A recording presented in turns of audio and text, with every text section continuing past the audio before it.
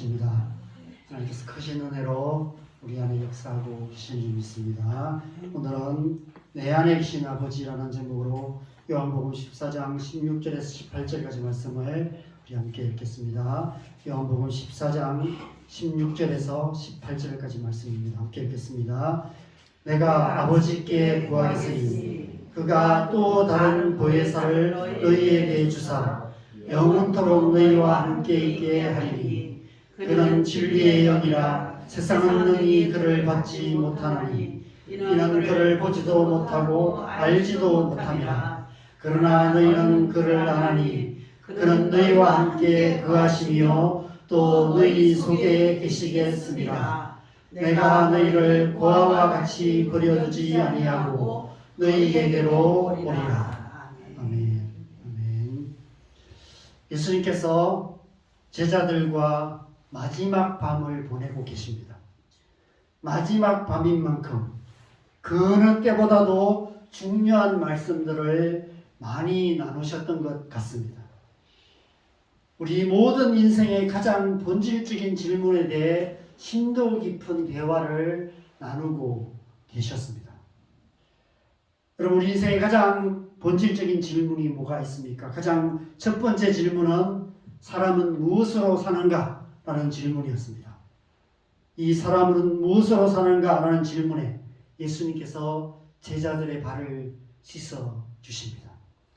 그러면서 머리끝부터 발끝까지 온전히 사랑하시는 그 하나님의 사랑, 자기의 사람들을 사랑하시되 끝까지 사랑하시는 그 하나님의 사랑을 보여주십니다. 그러면서 사람은 우리를 있는 모습 그대로 온전히 사랑하시는 하나님의 사랑으로 사는 존재라는 사실을 말씀하셨습니다. 두 번째 본질적인 질문은 사람은 어디로 가는가? 어디에서부터 와서 어디로 가는가라는 존재론적인 질문, 목적론적인 질문입니다. 사람은 아버지 집으로 간다. 하나님께로부터 와서 하나님께로 가는 존재라는 사실을 지난주 말씀을 통해서 말씀하셨습니다. 그래서 지난주 본문인 14장 2절 3절에 예수님께서 이제 아버지의 집으로 가실 것을 말씀하시며 너희를 위하여 거처를 예비하러 간다라고 말씀하십니다. 그래서 나 있는 곳에 너희도 있게 하리라. 내 아버지의 집에 너희도 있게 될 것이다 라고 말씀하고 계십니다. 우리 인생의 궁극적인 목적지가 바로 그 영원한 하나님 나라라는 사실을 말씀하셨습니다. 이제 오늘 본문에서는 더 깊고 더 본질적인 질문을 말씀하고 계십니다. 그 질문에 대한 대답을 주고 계십니다.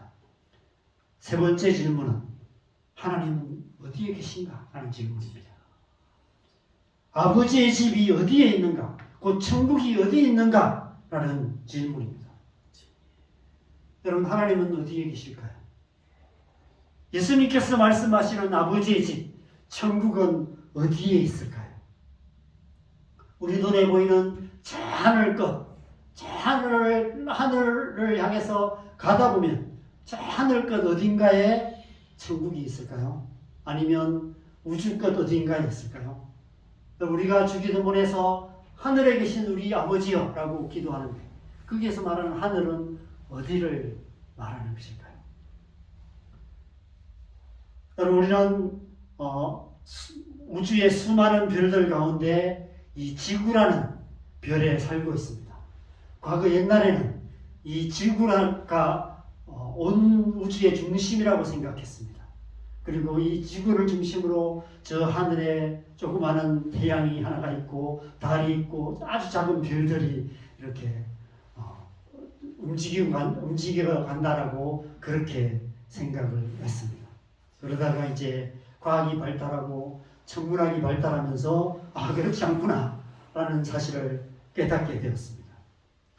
아주 지구라는 작은 별에 우리가 살고 있구나 하는 사실을 깨닫게 되었죠. 아시다시피 여러분, 이 지구는 이 태양계라는 태양을 중심으로 공전하는 8개의 행성이 있는 그런 태양계에 속해 있습니다.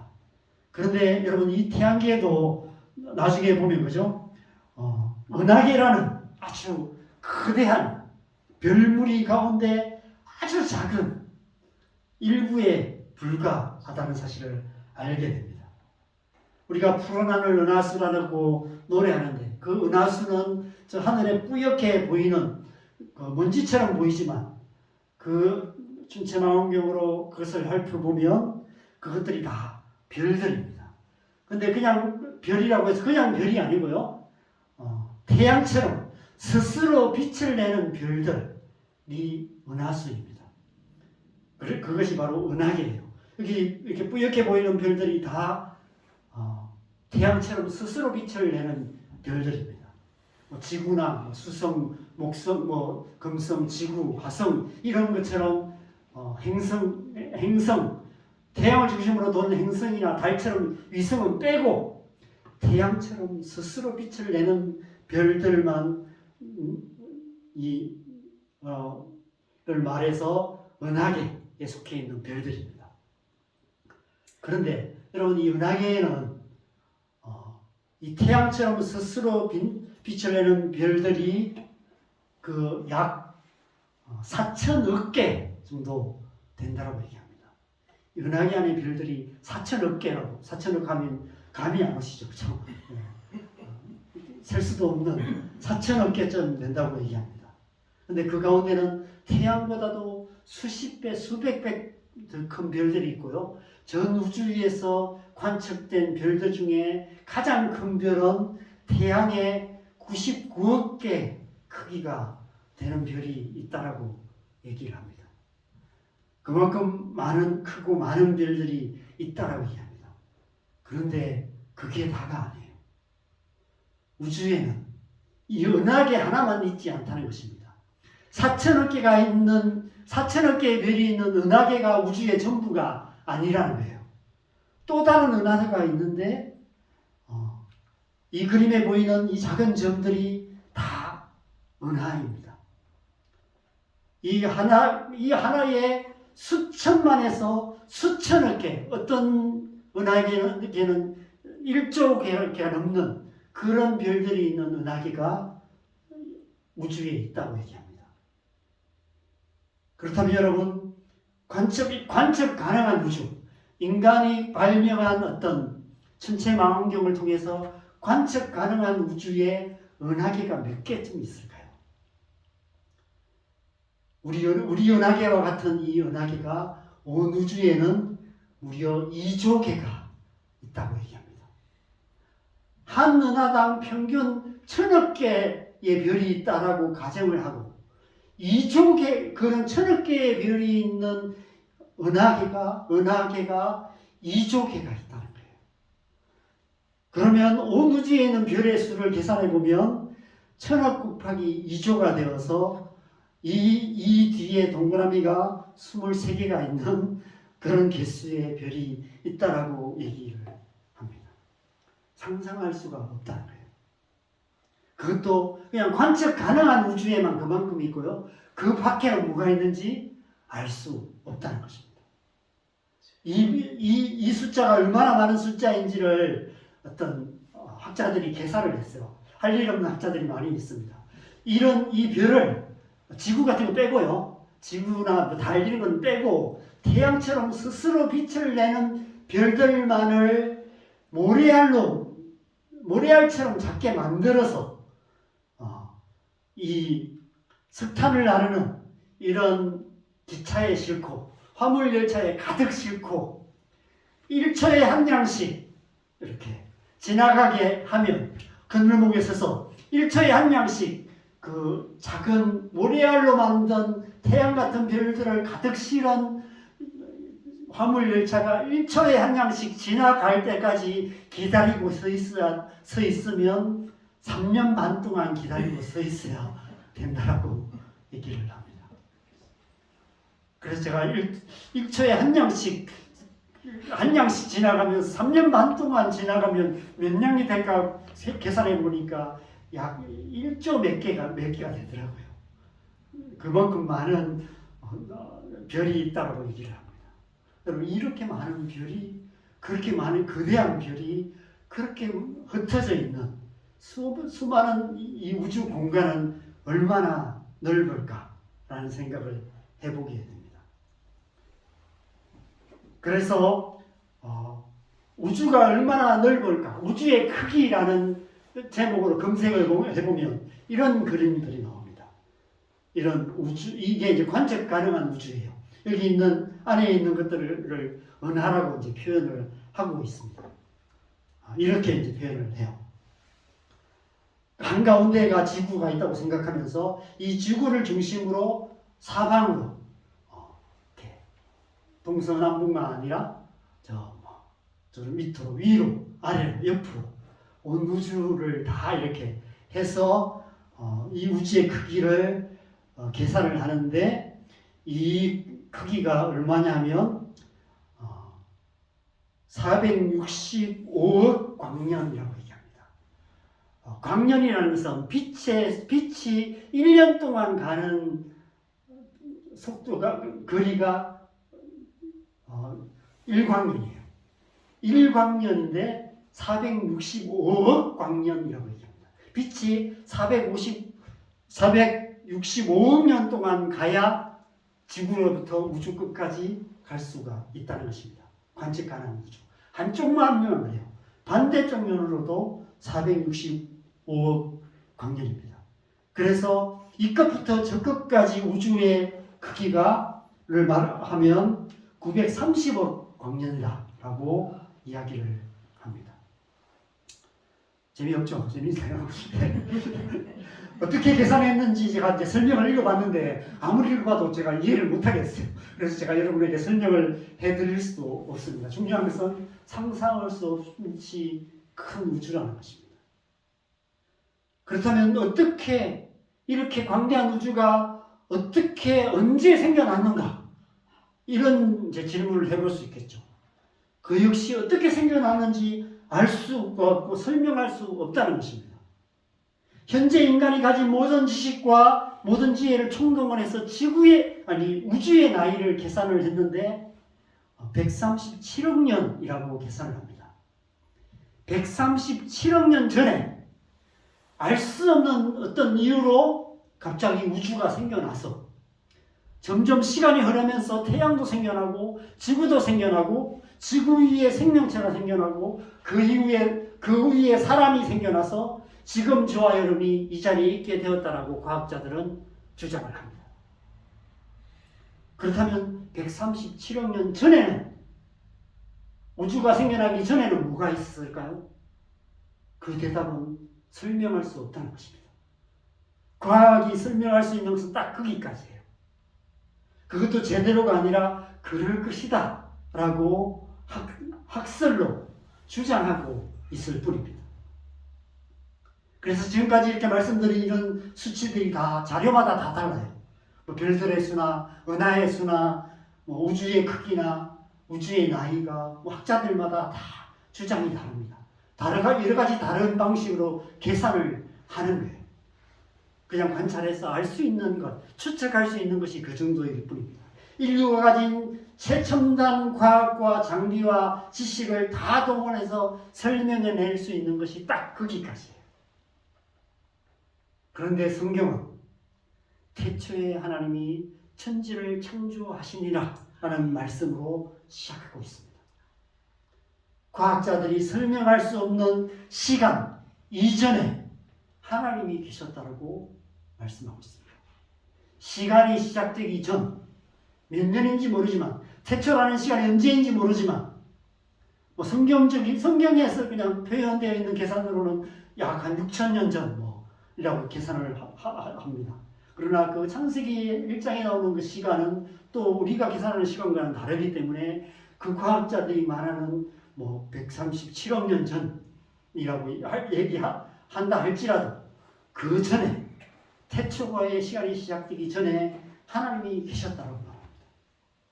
우주라는 공간이 생겨나기 전, 그 우주의 만물 안에 수많은 별들과 그 생명체가 생겨나기 전에 하나님이 계셨다고 말하는 것이죠.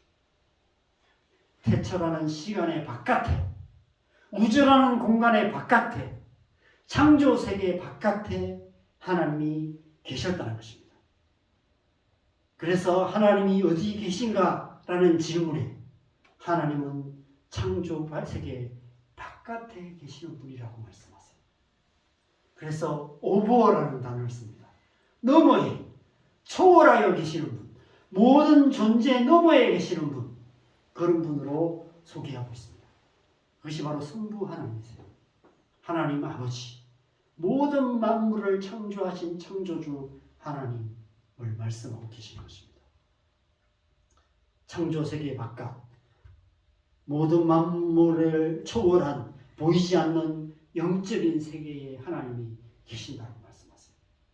그것은 과학의 영역으로 설명할 수 없는 신앙의 영역입니다. 유신론과 무신론의 차이가 바로 거기서 시작되는 것이죠.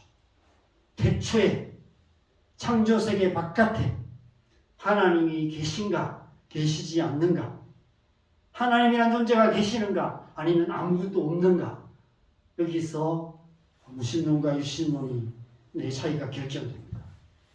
거기에 모든 존재보다 앞선 존재가 존재한다고 믿는 것이 유신론이고, 거기에 아무것도 없다고 믿는 것이 무신론입니다. 유에서 유가 시작되었다 라고 믿는 것이 유신론이고, 무에서 유가 생겨났다고 믿는 것이 무신론입니다. 여러분, 우리는 거기에 하나님이 계신다고 믿습니다. 시간이 시작되기 전에 하나님이 계셨으며, 우주에 수많은 별들이 생겨나기 전에 하나님이 거기 계셨으며, 우리 나라는 존재가 생겨나기 전에 하나님이 거기 계셨음을 우리는 믿습니다. 창조세계 바깥에 계셔서 태초에 온 우주 만물을 창조하신 존재를 우리는 하나님이라고 부르는 것입니다. 우리가 하늘에 계신 우리 아버지여라고 기도할 때의 그 하늘은 저기 보이는 저 푸른 하늘을 말하는 것이 아닙니다.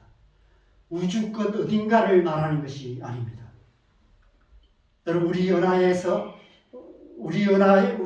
살고 있는 이 태양계가 속해 있는 은하에서 가장 가까운 은하가 안드로메다 은하라고 얘기합니다. 이 그림이 안드로메다 은하입니다. 그런데 이 안드로메다 은하는 우리 은하보다도 2배가 더 큰 은하라고 얘기합니다. 별들의 수도 약 8천억 개에서 1조 개가 되는 그런 은하라고 이야기합니다. 여러분, 하나님은 안드로메다에 있는 어느 별에 계신 분이 아니세요. 만약 거기에 어떤 존재가 있다면 그것은 하나님이 아니라 외계인일 것입니다. 온 우주 만물을 창조하신 하나님께서 어떤 우주 만물 어느 한 곳에 계시지 않는 것이 분명합니다. 그 바깥에 계시는 것이죠. 하나님의 집도 마찬가지입니다. 하나님의 나라도 창조세계 바깥에 있는 것이죠. 보이지 않는 영적인 세계 속에 하나님 나라가 있는 거예요. 예수님께서 지금 거기로 가고 계신다는 거예요. 창조세계 바깥으로 가고 계신다는 것입니다. 이런 질문이 생길 수 있죠. 그렇다면 어떻게 우리가, 이 창조세계 안에 있는 우리가 저 창조세계 바깥에 있는 하나님을 알 수 있을까? 어떻게 우리는 그 하나님을 만나고 어떻게 그 하나님과 관계 안에 살아갈 수 있을까? 어떻게 창조세계 안에 있는 우리가 하는 이 기도가 이 창조세계를 넘어서 창조세계 바깥에 계신 하나님께 다다를 수 있을까? 우리가 기도하는 것이 어떤 의미가 있을까? 여러분, 우주 만물 바깥에 계신 하나님께서 이 바닷가 모래알보다도 많은 별들 가운데서도 이 태양계에 속해 있는 먼지보다도 작은 행성인 지구, 그 지구 가운데서도 가장 작은 나라 중에 하나인 이 대한민국에서도 경상남도 창원시 진해구 덕산로 61번 길 32번지 이 자한동 교회에서 이렇게 모여서 예배하는 저와 여러분, 이 저와 여러분을 하나님께서 알긴 아실까? 하나님의 눈에 우리가 보이긴 아실까? 이런 질문이 생길 수 있는 것이죠. 우리가 지금 여기서 드리는 예배, 우리가 함께 부르짖어 기도했던 기도, 그것이 하나님께 다다를 수 있을까? 여러분, 우리의 기도가, 우리가 기도를 하는데 우리의 기도가 빛의 속도로 우주를 뚫고 날아간다고 해도 465억 년이 걸립니다. 우리의 기도가 465억 년이 걸려서 저 하나님께 들려서 하나님께서 적시 응답하셔도 다시 오는데 465억 년이 걸려요. 왕복 930억 년이 걸려요. 우리의 기도가 가기도 전에 우리는 죽고 없을 거예요. 어떻게 하나님께서 우리의 기도를 들으시고 응답하실까? 여러분, 분명한 것은 우리가 하나님께로 갈 수는 없다는 거예요. 우리가 아무리 큰 소리로 외쳐도 우리의 소리가 하나님께 들릴 수 없다는 것입니다. 우리 인간의 모든 지식, 모든 지혜, 모든 힘을 다해도 창조 세계 바깥에 계신 하나님께 이를 수 없다는 것입니다. 인간의 기술이 아무리 발달해서 아무리 좋은 우주선을 만들어도 이 창조 세계를 꿰뚫고 가서 하나님께 도달할 수 없다는 것입니다.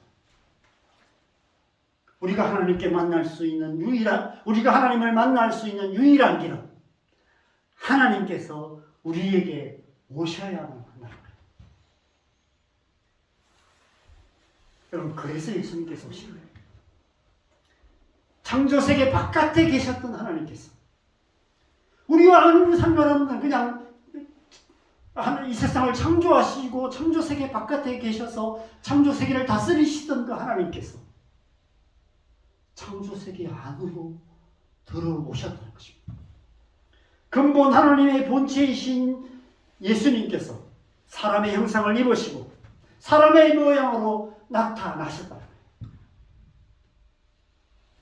그래서 이런 질문에 대한 두 번째 대답이 있습니다. 하나님은 어디 계신가? 하나님은 창조세계 바깥에 계신 분이실 뿐 아니라 하나님은 그 창조세계 바깥에 계시는 하나님께서 창조세계 안으로 오셔서 우리와 함께 계시는 임마누엘의 하나님이 되셨다는 거예요.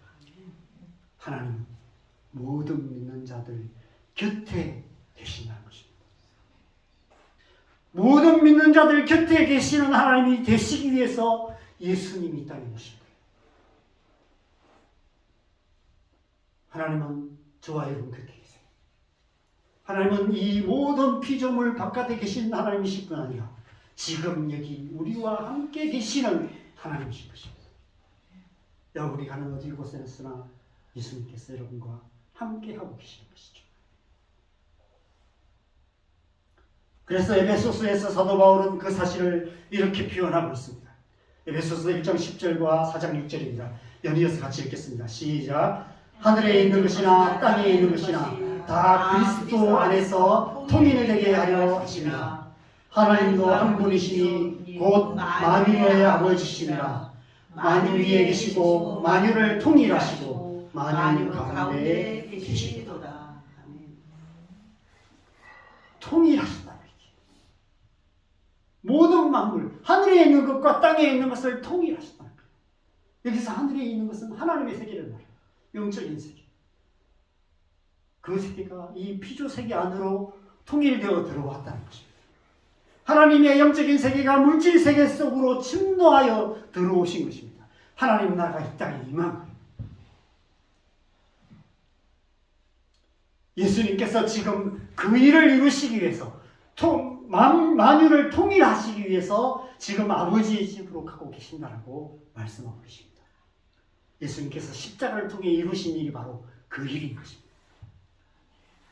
예수님의 십자가의 은혜로 말미암아 우리는 이 창조세계 안에서 살면서도 천지를 창조하신 하나님을 알게 되고 하나님을 만나게 되고 하나님의 음성을 듣게 되고 하나님께 기도할 수 있게 되는 것입니다. 그 하나님과 동행하는 삶을 살아갈 수 있게 되는 것입니다. 그래서 오늘 본문 앞에 말씀에서 예수님께서 그렇게 약속하셨습니다. 요한복음 14장 13절 14절 같이 읽겠습니다. 시작. 너희가 내 이름으로 무엇을 구하든지 내가 행하리니 이런 아버지로 하여금 아들로 말미암아 영광을 받으시게 하려 함이라. 내 이름으로 무엇이든지 내게 구하면 내가 행하리라. 아멘. 이제부터 예수님의 이름으로 무엇이든지 구하면 예수님께서 행하실 것이다. 너희의 기도가 응답될 것이다.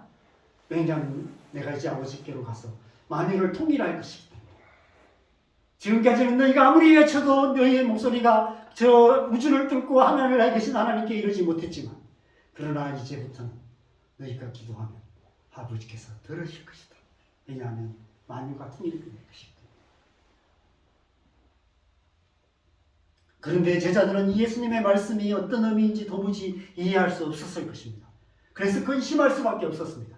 예수님께서 떠나시고 나면 앞으로 어떻게 살지, 이런 걱정만 가득했던 것 같습니다.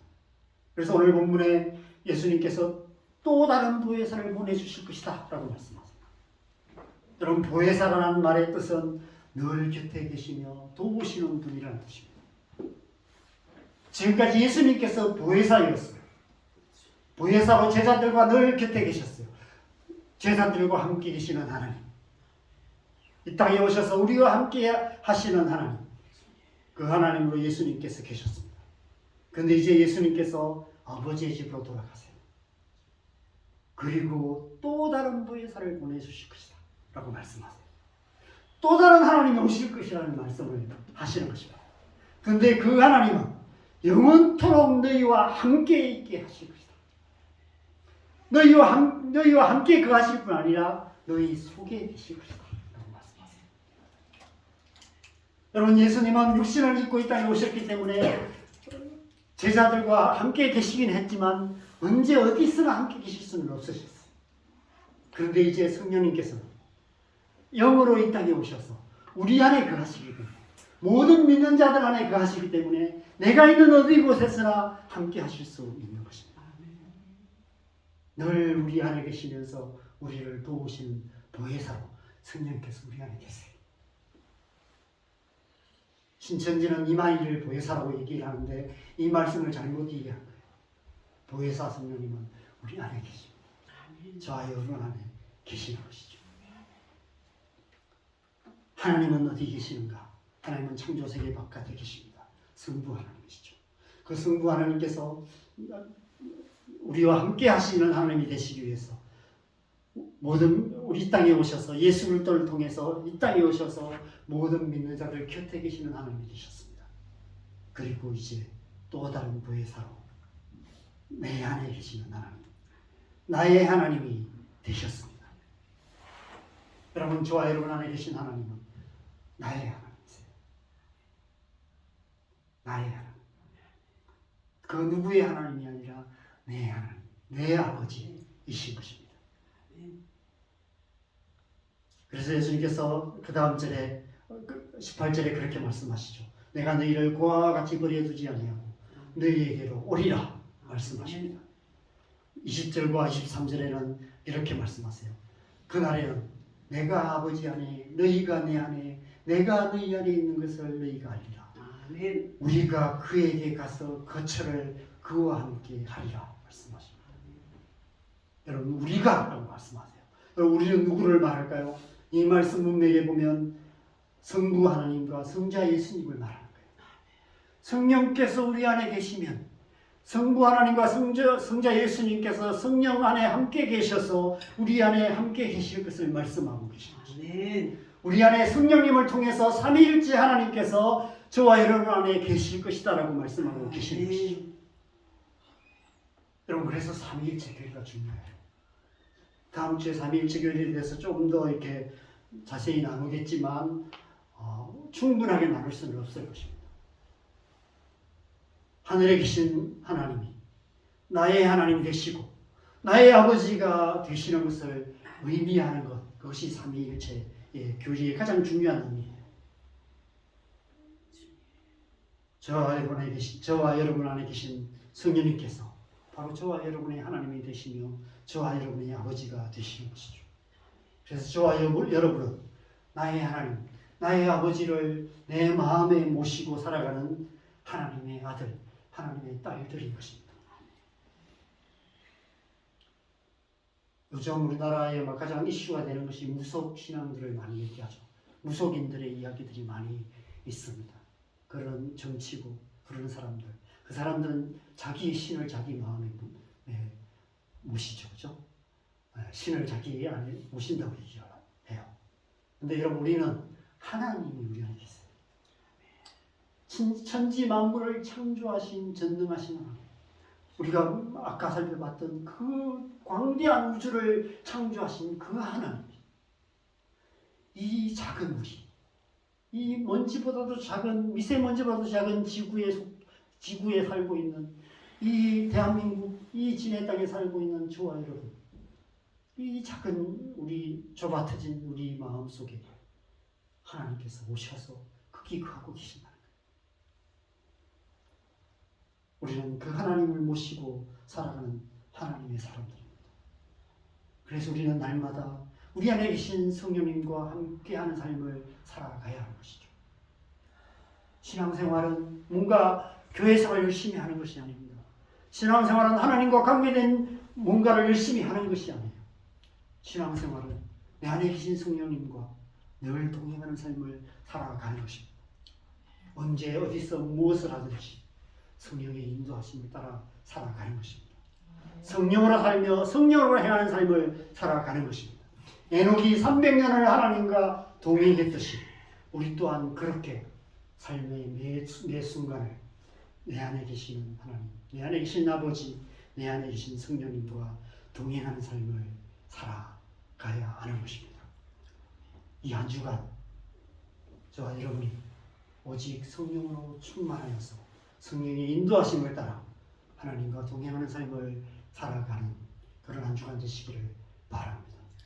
우리의 신앙생활이 성령님과 동행하는 그런 신앙생활 되시기를 주님의 이름으로 간절히 축원합니다. 우리 함께 찬양하겠습니다. 이 시간 우리 187장 비둘기가 정리한 우리 찬양 함께 하시면서 기도하겠습니다.